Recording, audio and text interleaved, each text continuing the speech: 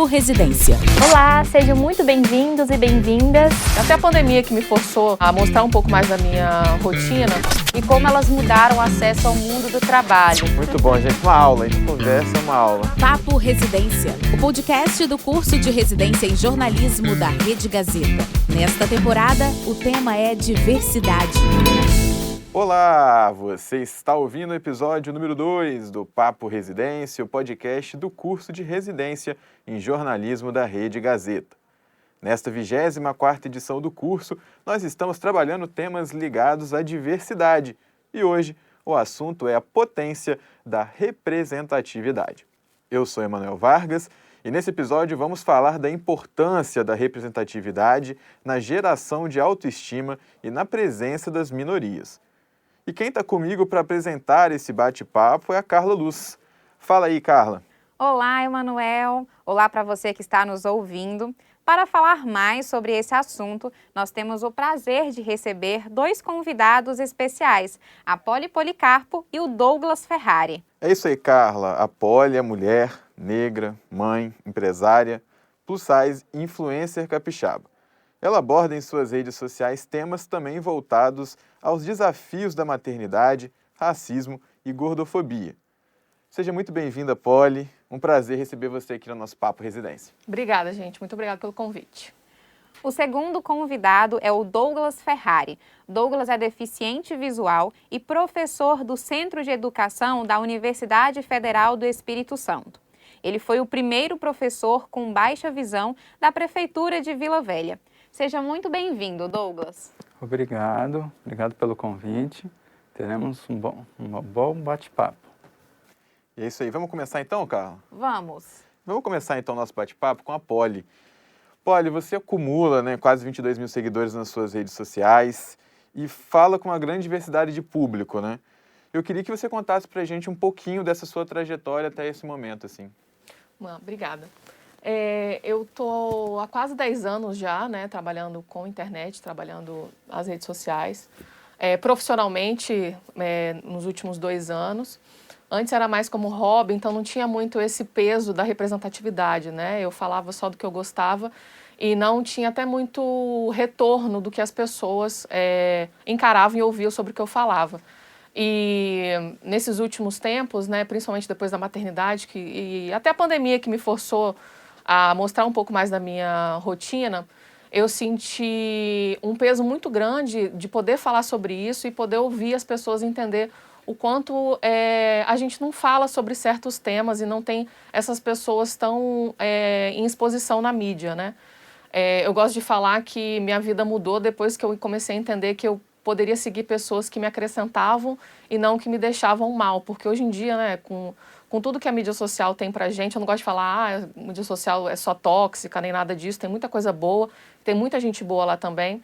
Então, no dia que eu comecei a perceber que eu poderia seguir pessoas que me acrescentavam e que principalmente falavam sobre como ser feliz com um corpo parecido com o meu, minha vida mudou daí em seguida e é uma coisa que eu sempre indico e sempre falo nas redes sobre o poder de você seguir pessoas parecidas, o poder de você admirar uma pessoa, como no meu caso, que falo sobre o Mundo Plus, que tem o mesmo corpo que o meu e eu achar essa pessoa bonita, achar essa pessoa interessante, bem vestida, estilosa, e chegar na frente do espelho e ter o mesmo corpo que ela e em mim não fazer sentido, ou me odiar, ou coisas do gênero, E a maternidade também, porque depois que eu me tornei mãe, não tem como, a gente fica querendo ser mais corajosa, fica querendo, ser uma pessoa melhor até, por mais clichê que isso seja, para o nosso filho, e isso me ajudou muito a enxergar meu amor próprio, minha autoestima e todo o resto. E desde quando você começou lá atrás, assim, você falou, antes mesmo de você trabalhar de uma maneira mais profissional, o que você sentiu de mais mudança? Você acha que a representatividade ela foi aumentando nas redes sociais ou você enxerga de outra maneira? Sim, com certeza. Na minha época, eu tive blog por muitos anos, há uns 10 anos atrás eu já tinha blog, então era uma coisa que eu sempre reparava, de ser a única negra, por exemplo, no evento. Hoje em dia a gente não está mais indo em eventos por conta da pandemia, mas com certeza o cenário, por mais que seja... Eu não gosto muito dessa ideia pessimista, tem muito que mudar. Tem muito que mudar, mas muita coisa já mudou.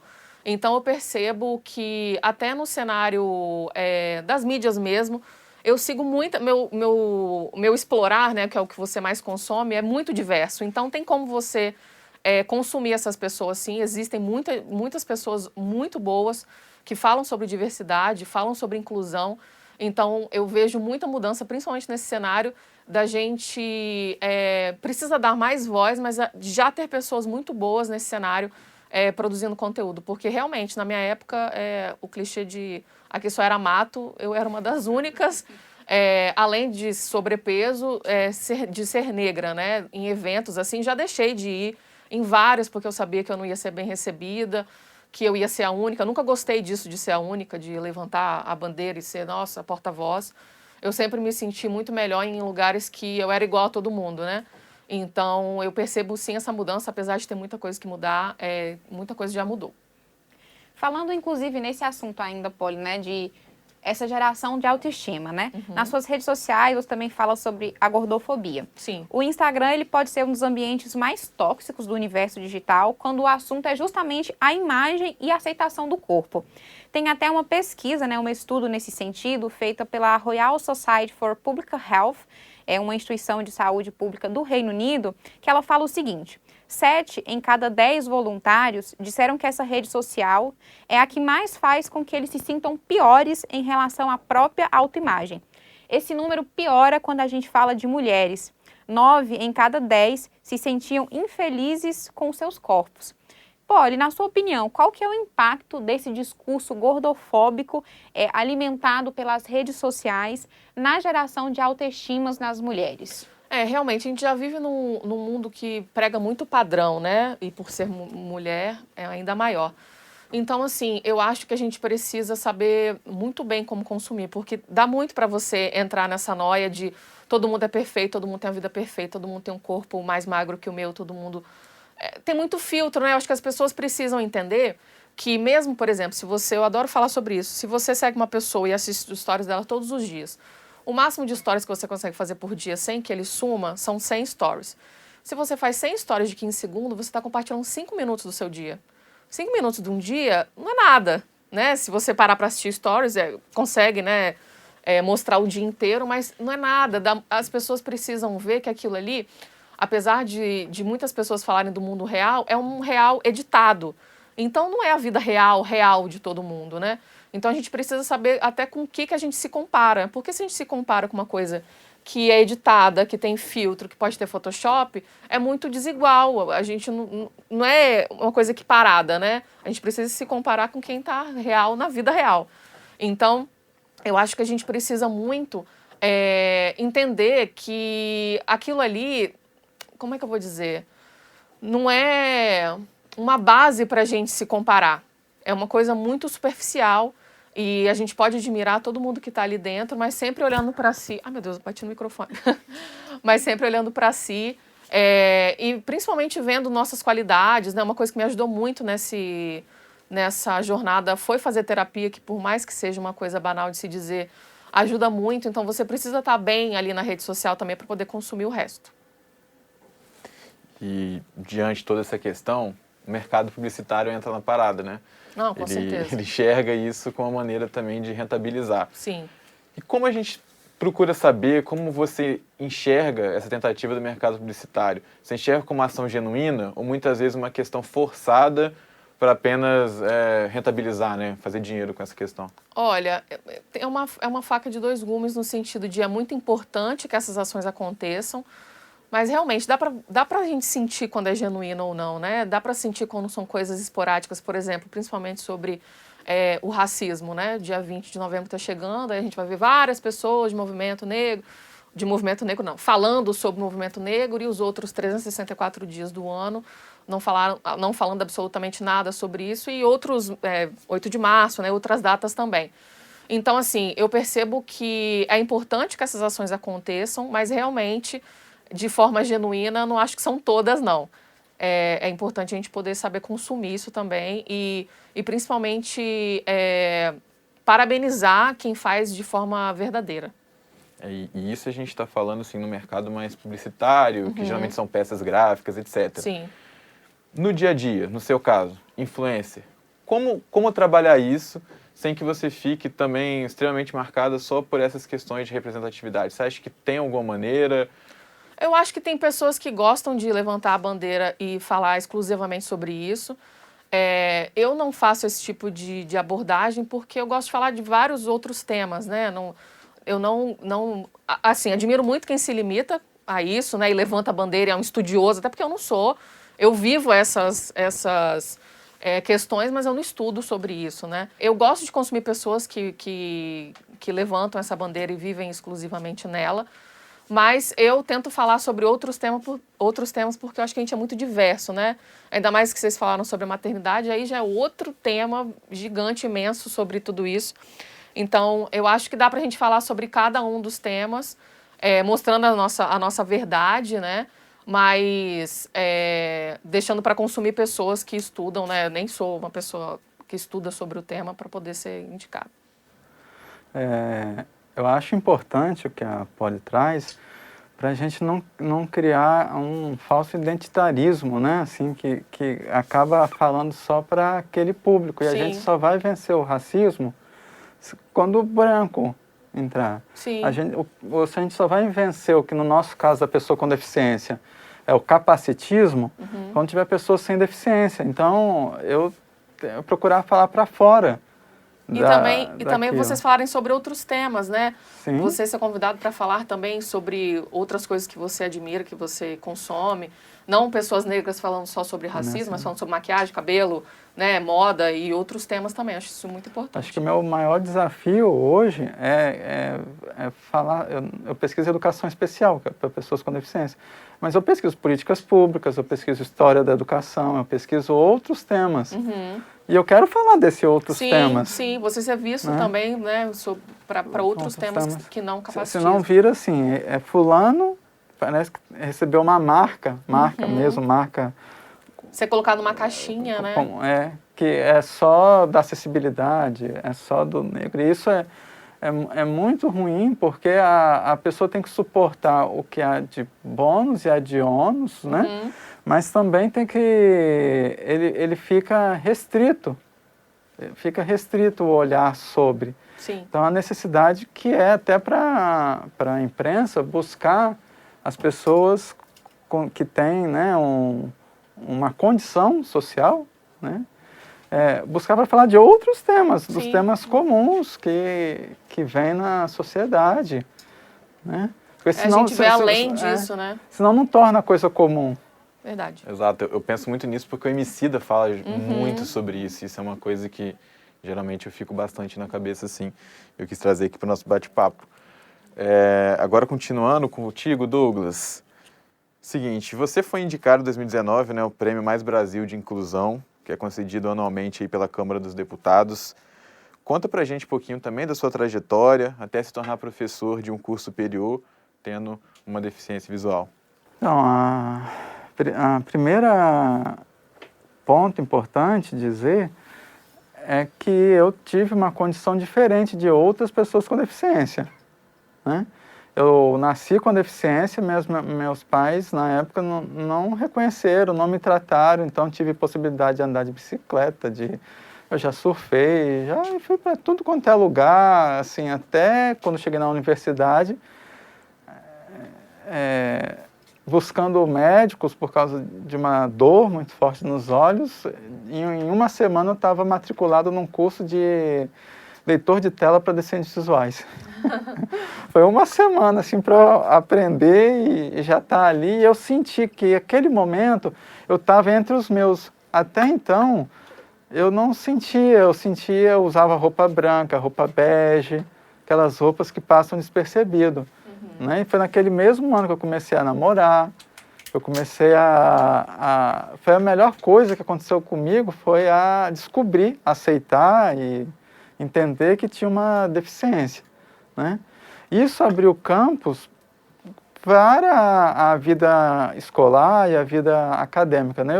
Eu sempre tive vontade de ser professor da universidade, assim, desde a adolescência. E depois, com essa descoberta, eu não descobri só uma deficiência, né? Uma aceitação, mas um campo de trabalho e uma forma também de atuar, né? Então, em 3 anos que eu saí também, que foi muito, para a presidência de uma instituição, né? E isso tem a ver com o fato do mestrado, do doutorado, porque eu fiz o mestrado em História, mas eu já fiz o mestrado em História querendo mudar para a educação. Então já foi algo que me abarcou, assim, me abraçou de um jeito, mas tendo sempre a noção das minhas condições, né, sociais, desde o colégio particular, o fato do meu irmão já ser mais velho, que a gente tem busca sempre uma referência na família, por exemplo, né, da dedicação que meus pais tinham ao estudo, que isso acontece muito, né, na deficiência, aí não pode fazer isso, então vamos colocar ele para estudar, né? E depois, no doutorado, já na área de educação especial e destacando como alguém que vive e sente e sabe, né? Que é muito difícil na nossa área é aquelas pessoas que têm uma deficiência que estudam a educação. Então, isso para mim foi importante. Existiram barreiras, né? Como o fato, quando entrei na universidade, perguntaram o que eu estava fazendo ali, né? Quando eu fui tentar, assim, né? Eu estava ainda no doutorado, eu quero tentar fazer esse concurso. Aí a pessoa, mas como é que um professor semicego vai dar aula, né? Ou quando eu entrei já concursado na universidade, estava começando o primeiro mês, uma professora foi me procurar que eu preciso de um auxiliar. Eu me pergunto como é que eu ia dar aula. Se tinha um auxiliar, não seria o auxiliar que iria dar aula no meu lugar, né? Então, a luta, eu percebi ali que ela é infinita. Ou no micro, no macro, né? Assim, você tem que sempre estar lutando, né? Eu pensei que eu não precisaria mais provar nada para ninguém. Mas aonde eu fui mostrar? No meu trabalho, né? As turmas que me acolheram super bem, eu fui professor homenageado em 6 turmas já, estou 7 períodos na universidade, né? Nas notas que a gente tem de avaliação, né? Nas pesquisas que a gente faz, eu pensei, bem, a única forma de eu mostrar é trabalhando, não vou revidar, não vou obrigar. Né? Não tem eu acho que a melhor forma é essa, você mostrar com o seu trabalho, né? O espaço acadêmico nem sempre ele reflete a diversidade que a gente tem na sociedade, né? Nos últimos anos tem acontecido uma mudança, né, um pouco significativa no perfil dos estudantes de graduação por conta das cotas, né? As cotas raciais e sociais, elas acabaram dando uma outra cara para as universidades. Douglas, você acredita que essa mudança, ela também aconteceu, ela também refletiu para as pessoas com deficiência?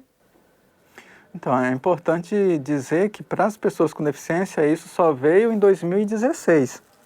Então, só no ano 2017, com uma mudança da lei. A lei, inicialmente, era só para o preto, pardos e indígenas. Quando incluiu a pessoa com deficiência, não abriu mais vagas, mais percentual. Incluiu as pessoas com deficiência naquele percentual. Então, ficou uma briga, incluiu um grupo... Mais pessoas. Né? Mais pessoas no mesmo grupo, né? Então e aí o preto, pardo e indígena com deficiência e sem deficiência, né? Aquele que estudou só na escola pública. Eu fui coordenador do núcleo de acessibilidade nos primeiros anos de implementação aqui da universidade e percebi que houve sim um aumento. Antes, quando chegava, eram pessoas surdas ou pessoas cegas, ou pessoas com baixa visão, ou pessoas com perda auditiva, né? Com a inclusão das cotas para as pessoas com deficiência, o que começou a aparecer é o que a gente chama de deficiência intelectual, autismo, e aí a universidade, assim, ela já não está preparada nem para o primeiro grupo que foi vindo ao longo dos anos. ela não está... Mas esse não estar preparado não é bem no sentido assim, eu tenho que estar tudo pronto para receber. É que, na verdade, a cultura de receber pessoas, corpos desviantes, né, não tem abertura. E aí nós estamos falando desde o reitor até o colega de sala. Então tem que ser uma mudança cultural grande e diversa. Foram várias vezes que eu fui em reunião e... como é que eu ensino engenharia elétrica para um cego? Eu falei, não seja por isso, professor. Semana passada eu aprendi com um cego, professor de física, como é que são as ondas eletromagnéticas. E o senhor sabe que ninguém vê as ondas eletromagnéticas, né? Verdade. Né? Sim. A outra é, como é que essa menina passou no Enem? Ela passou no Enem como todos os outros que estudaram e passaram no Enem, não foi diferente do outro. Então, a universidade se diz como o local máximo da intelectualidade, né? E aí quando você vê pessoas com uma deficiência intelectual, é meio que questionando a própria universidade. Assim foi as cotas. Não foi a universidade que quis. Foram os movimentos sociais que empurraram a porta, né? Vamos falar assim, invadiram sua praia. E estão fazendo já posso dizer, uma mudança, uma revolução, mas ainda é tímida, porque há muita resistência. Eu falo, você passa hoje lá na frente da UFS, tem um cartaz que tem negros, que tem pessoas com deficiência, e isso era impensável, sei lá, 10 anos atrás. Sim.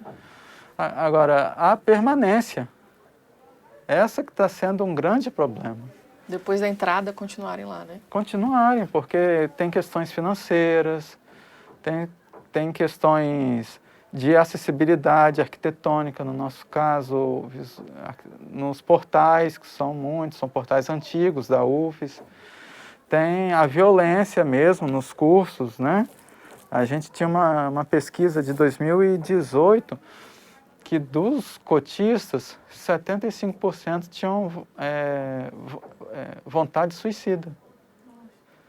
Porque é muita violência simbólica, né, vivida, que não ter o dinheiro para comprar o caderno, ou aquele livro, ou aquele jaleco, ou aquele objeto, né?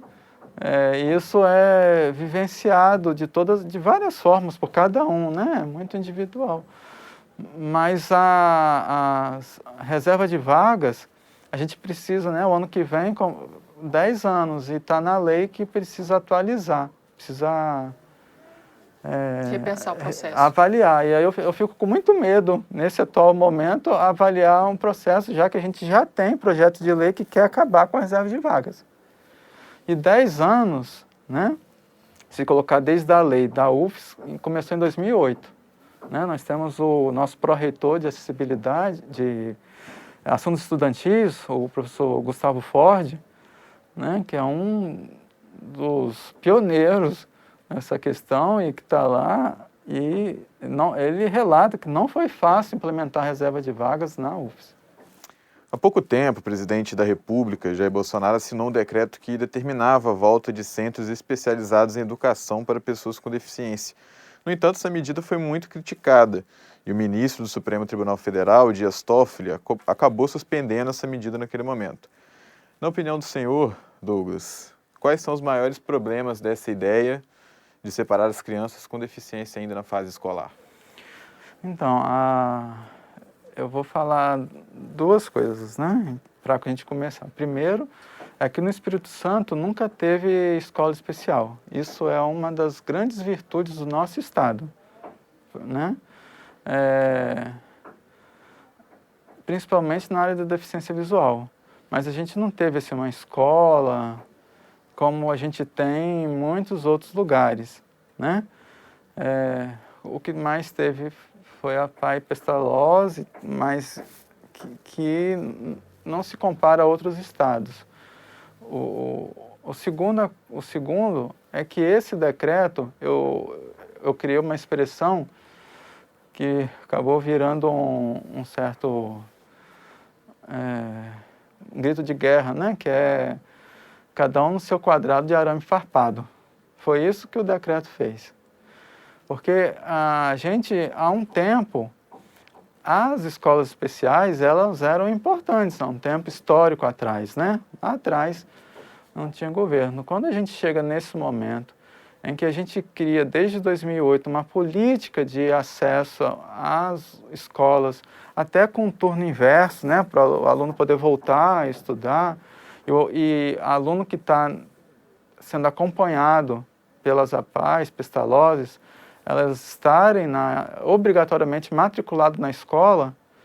Então, a gente vivenciou isso, e isso é perceptível no número de alunos que ingressaram na universidade, né? A gente tem um aumento de 30% mais ou menos, que ainda precisa de mais, números absolutos, isso, né, você vai ver que é pequeno, mas que foi em função desses quase 10 anos. E aí o governo federal, desde 2016, né, vem promovendo, vem fazendo estudos, até quando a gente pensava, né, quando tudo ia para o Conselho Federal, né, Conselho Nacional de Educação, para discutir, para falar, né, ter audiência, aparece por um decreto. Isso já diz a cara, né, do que é de um governo que se diz, entre aspas, protetor das pessoas com deficiência. E aí eu troco todo um discurso de Libras, que é importante, mas trocaria por todas as perdas de direitos, que não é só neste caso, perda do IPI, né, que vai acontecer agora, a avaliação biopsicossocial, que também não querem deixar a sociedade consultar antes de decretar, né? Então, são várias perdas de direitos. Essa daí, houve uma mobilização muito forte, e especialmente aqui no estado do Espírito Santo, né, na minha mediação com o Fabiano Contarato, senador, e com o Felipe Rigoni, deputado, e os dois entraram no STF, né? Um com uma ADI e outro com um outro instrumento, né? E o Dias Toffoli, que tem um irmão com síndrome de Down, né, entendeu pela suspensão, mas houve uma forte reação do movimento acadêmico, né, também de pessoas com deficiência, instituições, mas as instituições, elas estão por trás e pela frente disso, porque elas são os maiores interessados, né, porque dá recurso, gente, não é pouco recurso, né? Para citar um exemplo, em 2014 o nosso estado passou 45 milhões para as instituições especializadas, enquanto para a educação especial pública foi 940 mil. Então, isso daí dá um parâmetro do que se quer, né? Quando coloca as escolas especiais, assim, elas não acabaram, mas elas diminuíram. O grande retrocesso desse decreto é tornar as escolas especiais como uma diretriz pedagógica. E as consequências são muitíssimas, porque lá não aprende português, matemática, história, geografia, isso que todo mundo deveria, pelo menos, aprender. Básico, né? Eles não vão aprender isso, né? Como é que eles vão fazer o Enem, né? Como é que vão ter sonhos de ser biólogo, professor, né? Ser influencer, né? Que tem muitos com deficiência, por exemplo. Você precisa ter acesso. E é importante você estar com os diferentes e com os iguais, mas escola, que eu falo, escolarização é na escola, sabe? E o decreto, ele teve uma audiência pública agora em agosto, que nós tivemos a participação, assim, isso assim foi uma coisa democrática, né? Teve participação de quem defende, de quem é contrário, participação das defensorias, das pessoas com deficiência, das mães, né? Teve participação de todos os grupos, para no ano que vem o Supremo tomar uma decisão, né? Levando em consideração o que foi falado na sociedade. E muitos disseram lá que se não fosse a escola comum, não conseguiria chegar na universidade, né? Até uma mãe de uma professora com síndrome de Down, a fala dela foi bem contundente, falando que estão querendo esculhambar com as pessoas com deficiência. Isso aí, muito obrigado, Douglas. O nosso Papo Residência de hoje está falando sobre a potência da representatividade com a participação da Poli Policarpo, empresária, influencer, mulher, negra, plus size e mãe. Temos também a participação do Douglas Ferrari, professor universitário da Universidade Federal do Espírito Santo, ele que é uma pessoa com baixa visão. E nós estamos chegando ao final do nosso bate-papo aqui, e antes da gente terminar, eu gostaria de saber qual o sentimento de cada um ao ocupar espaços tão importantes na sociedade hoje, num país que, mesmo tão diverso, é bastante preconceituoso também. Começando contigo, Poli. Então, uma das coisas que eu mais gosto de receber, assim, de depoimento, né, quando recebo direct de seguidores, eu fico brincando que eu quero que todo mundo se chame Poliana, as filhas delas, porque muitas seguidoras tiveram coragem de se preparar para engravidar depois que eu tive filho, né, de ver a possibilidade de ser mãe mesmo, com uma sociedade, né, que exclui tanto pessoas gordas, inclusive da maternidade. Eu nem cheguei a contar aqui, mas eu sofri gordofobia de uma médica. Quando eu estava no processo de poder engravidar, uma médica só olhou para mim e falou que, como 2 e 2 são 4, eu ia ter diabetes gestacional e pré-eclâmpsia, que são problemas, né, comuns na gravidez, não 100% relacionados ao peso. Então, ela não mediu nada, não viu nada, e já mandou esse lindo diagnóstico.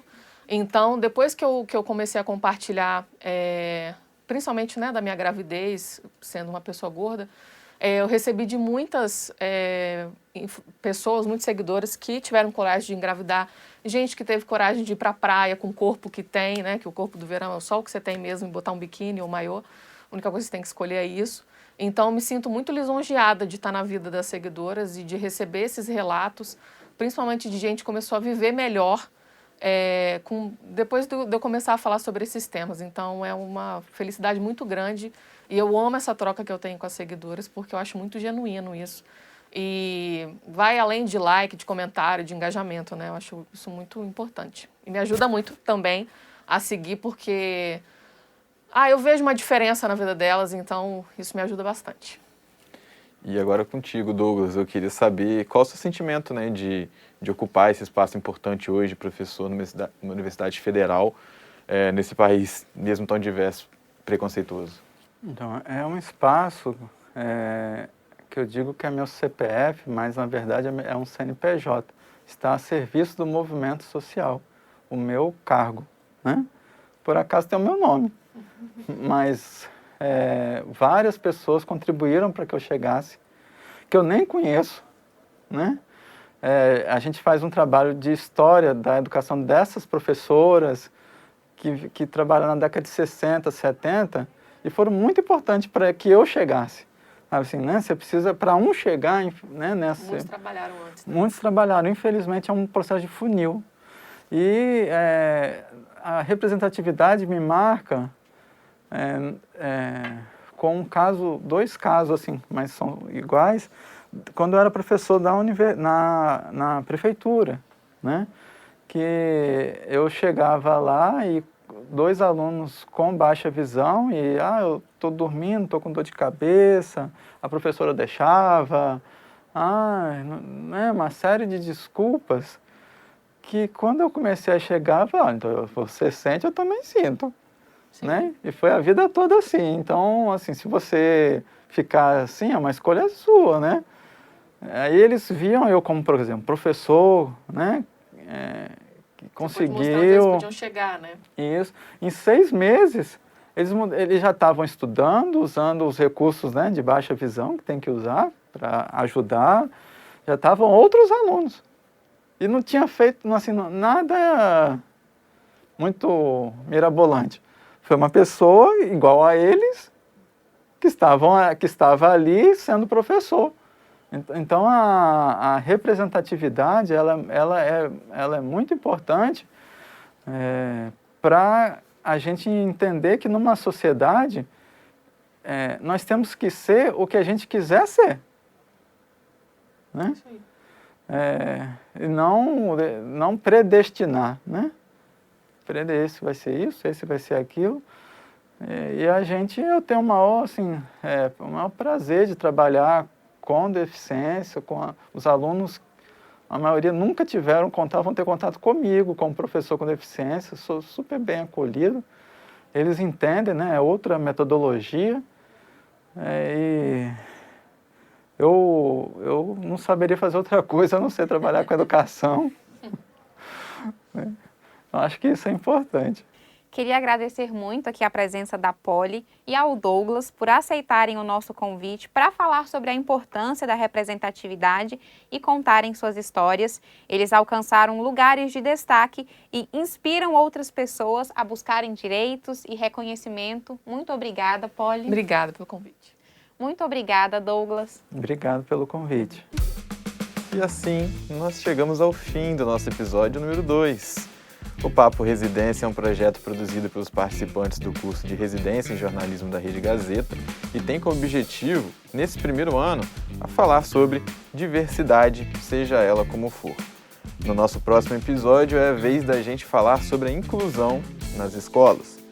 Então é isso, vamos ficando por aqui e agradecemos a companhia de vocês, além da companhia aqui dos nossos convidados aqui no estúdio. Eu sou Emanuel Vargas. E eu sou a Carla Luz. E em breve, nossos colegas, Carla, mais colegas nossos vão estar por aqui com mais episódios do Papo Residência. Papo Residência é o podcast do curso de Residência em Jornalismo da Rede Gazeta. Tema da temporada: Diversidade. Patrocínio: ArcelorMittal, Eco 101, Samarco, Suzano e Vale.